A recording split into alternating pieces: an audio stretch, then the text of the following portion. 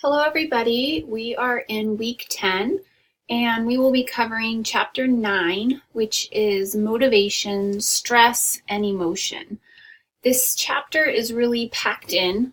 Actually, each one of these topics, motivation, stress, emotion, could be its own chapter. And in some intro psych textbooks, they are. This one combines them all. They share some similar elements, but they definitely each have their own tenets. So let's take a look at the chapter in a glance. We'll do that by looking at the learning objectives. It starts out with motivation. That's kind of like the first third of the chapter, and then works its way into stress and health, which involves emotion.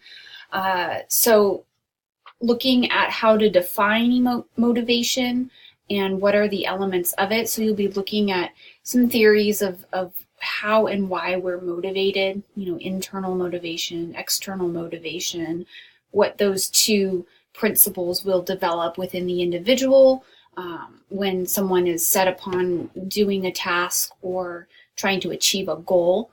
And that kind of leads into talking about people's needs. Usually it's a need that underlies a motivation for why we do the things we do. We're motivated to succeed because we need to get a job. We're motivated to get good grades because we need to get into college. And those are higher needs. We can think of even primary needs like food, water, and shelter.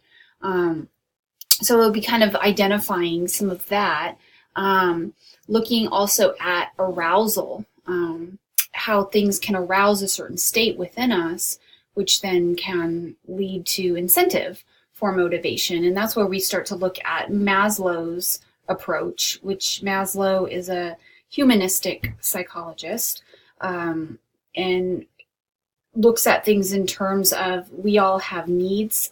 He proposes the hierarchy of needs, which is like at a base, you think of like a triangle. At the base of the triangle, we have our most basic needs: food, water, shelter, love, affection, attention, growth. And moving on up to the triangle, the very top is what he calls self-actualization, where we have realized our best possible self, encompassing all of those things underneath the bottom of the triangle. He also proposes self-determination theory, which looks at motivations and drives for accomplishing tasks, and what that is. And so it really kind of provides the base for understanding what our motivations are. That kind of sets you up for then going into stress.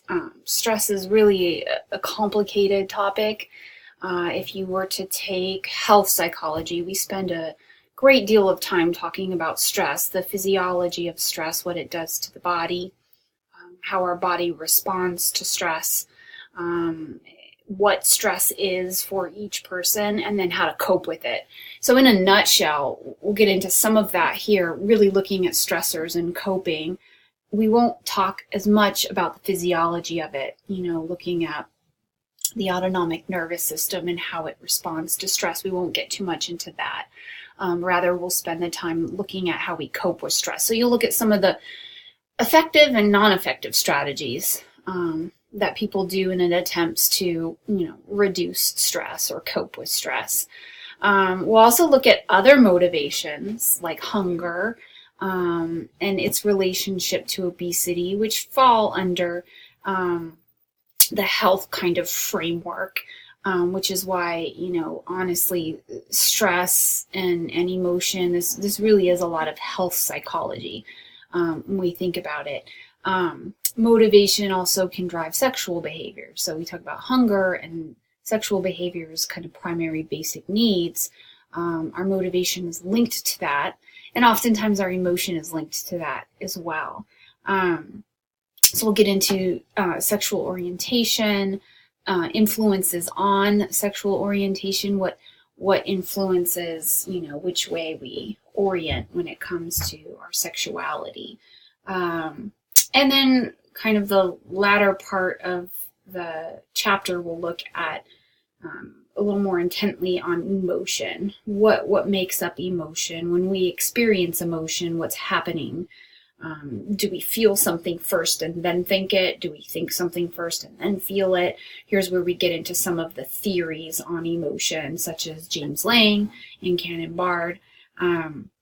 Help you just to understand new ways of looking at how emotions influence our behavior. And so really are linked to the motivation behind our behaviors. We'll also look at cognitive arousal theory. We'll look at facial feedback hypothesis, which is really using a lot of nonverbal behavior. Emotion is very largely a nonverbal phenomenon. 97% of what we communicate is via our nonverbal behavior. That could be facial expression, eye contact, body posture, movements, hand gestures, things like that. And all of that can convey an emotion, what we're feeling without even saying any words. So we'll look at some of the hypotheses on how that works, and then looking at different models of how we see that in action. And so really, I think that the chapter does a nice job of sort of putting everything in a nutshell and conceptualizing how motivation, stress, and emotion are connected. I think it doesn't get very deep into the health aspects of these things, which I wish it did. But again, we will touch on some of that in other chapters. We get into a little bit of that. It's kind of pieced together in some of the other things that we cover. So for this week, kind of moving through here, we have our lecture slides. Little different this week in that you'll be watching my Psych Lab videos. You'll be watching episode 12, which is motivation and emotion. And then you'll be watching episode 15, which is psychology and health. And here is where the stress piece comes in. In these videos, it's talking a lot about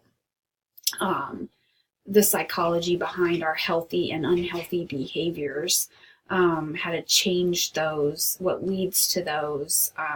So you definitely want to watch both of these as they just really nicely highlight a lot of the key pieces from the chapter. And in addition to that, because the chapter doesn't do a really great job of explaining the physiology behind stress and health, I've included an extra video this week. It's a great one. I show it in my health psychology class. We spend 4 weeks actually on stress, picking it apart and understanding it. And so this video is called Stress, Portrait of a Killer. And it really dives into the neurobiology and the psychophysiology behind stress, what it does to us, why we have it, how we can control it, and all of that. So this is an extra video to watch this week, and it's also linked to an extra credit opportunity. So there's a worksheet that goes along with it. You can click on here and you can watch the video. You can print out the worksheet, or you can it's a Word document, so you can type in it if you'd like, and then the instructions for submitting that are right down here. So here's your extra credit assignment. What I want you to do with that is really just filling out the worksheet. You'll click into here to access the assignment, and you can attach the worksheet as a file, or you can cut and paste it, whichever you prefer. It doesn't matter to me as long as it's there. And that's going to be due on Monday, April 1st. So that's a little extra thing. Your discussion for the week actually covers emotion. It covers the Hawk reading number 22. I can see it all over your face. And that follows the work of Ekman and Friesen in how we use nonverbal communication in social interactions, primarily. How do we express emotion? What emotions are universal? How do we know that? Knowing what emotions are universal, what can we do with that? So you'll be asked some questions about that reading. And again, I just want to reiterate that you not only want to be integrating this Hawk reading, but go back into the chapter and go into chapter 9 and see what you can come up with that also relates to this reading. Chapter 9 does talk about Ekman and Friesen, and it talks about a lot of other things about emotion and facial expressions and nonverbal behavior. So you want to be integrating that into your response, and not just in your original response, but also in your responses to others. So when someone else is writing up their original response, you want to be commenting back on what they wrote, maybe adding to what they wrote, mentioning something they didn't say that has to do with it, tying in any material that you feel could have been included. Those are great ways to expand what is being said. And then this week you have quiz 8, which is covering chapter 9. And then you have exam 4, which will be covering chapters 8 and 9. So that's the developmental chapter, and then this current chapter. So that is the week for you. Don't forget about that extra credit. There'll only be like 1 or 2 more opportunities for extra credit coming along, so you want to take advantage of that as you can. If you have any questions, please let me know. I'm free to chat with you.